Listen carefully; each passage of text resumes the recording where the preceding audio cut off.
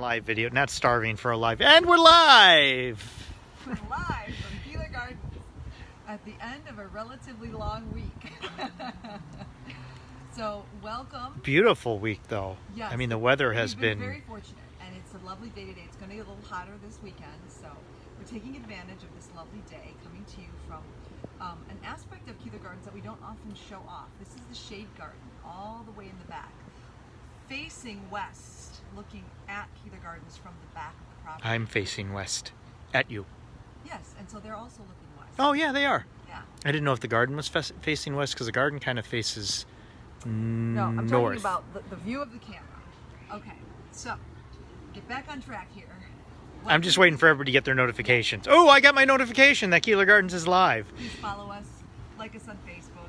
If you're watching this video either on YouTube or as a replay, we really want you to know when we're live so that you can join in and be part of the conversation. And like and subscribe on YouTube so you know when... Actually, I did actually learn a statistic about YouTube. What's that?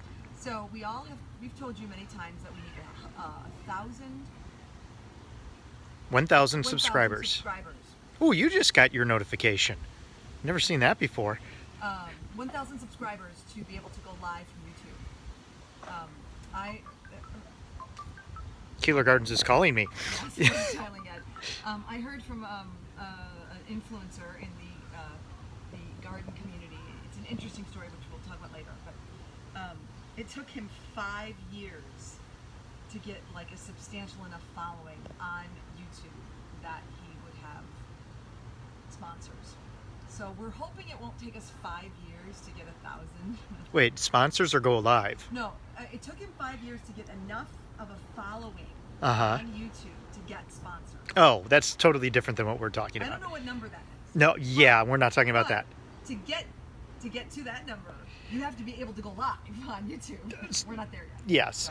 So The joys of live video. All right, so what are we talking about today? So today we conclude our week-long discussion on how connecting with nature can improve your health. What we've studied so far, what we've touched upon, is that not only are there multiple studies showing the connection between nature, overall health and well-being, and then specifically reduced symptoms, for example.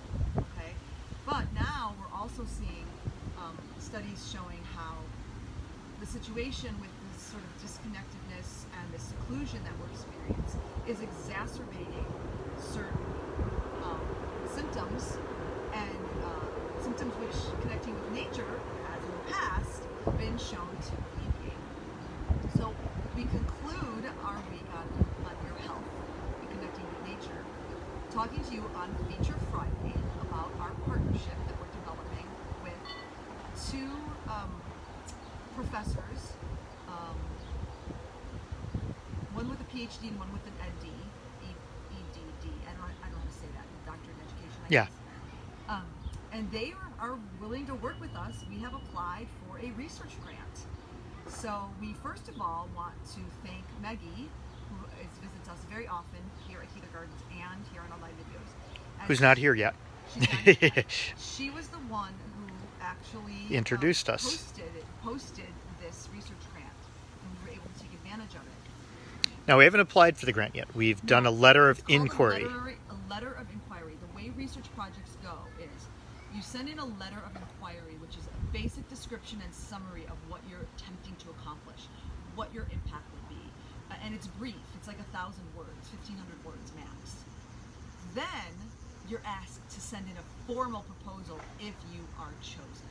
Then, like a month even after that, then the decision is made as to who won the grant. But still, this is an exciting... It's incredibly exciting because these two professors, Adam Hanley from University of Utah, their College of Social Work, and Yay. Anthony Derringer, he has a very interesting department. It's the Department of Health and Human Performance Ooh, at Texas State University. that sounds cool. Very interesting. Both of them were collaborating. They helped us create the study design and the nature of how we would disseminate and where it would be presented. And so we're very grateful to them for their help. And we are very excited with the potential of winning the opportunity to apply and then winning the grant.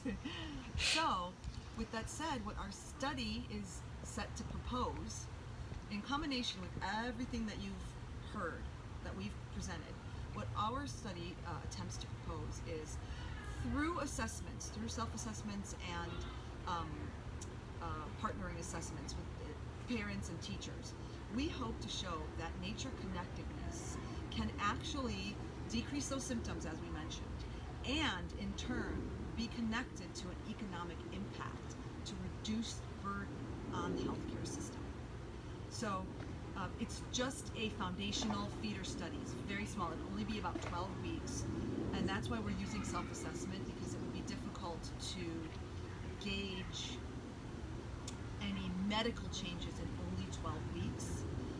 But we also have a consultant, a physician who is a supporter of Keeler Gardens, who will be consulting with us on the project to guide us in clinically relevant results. Guess who joined us?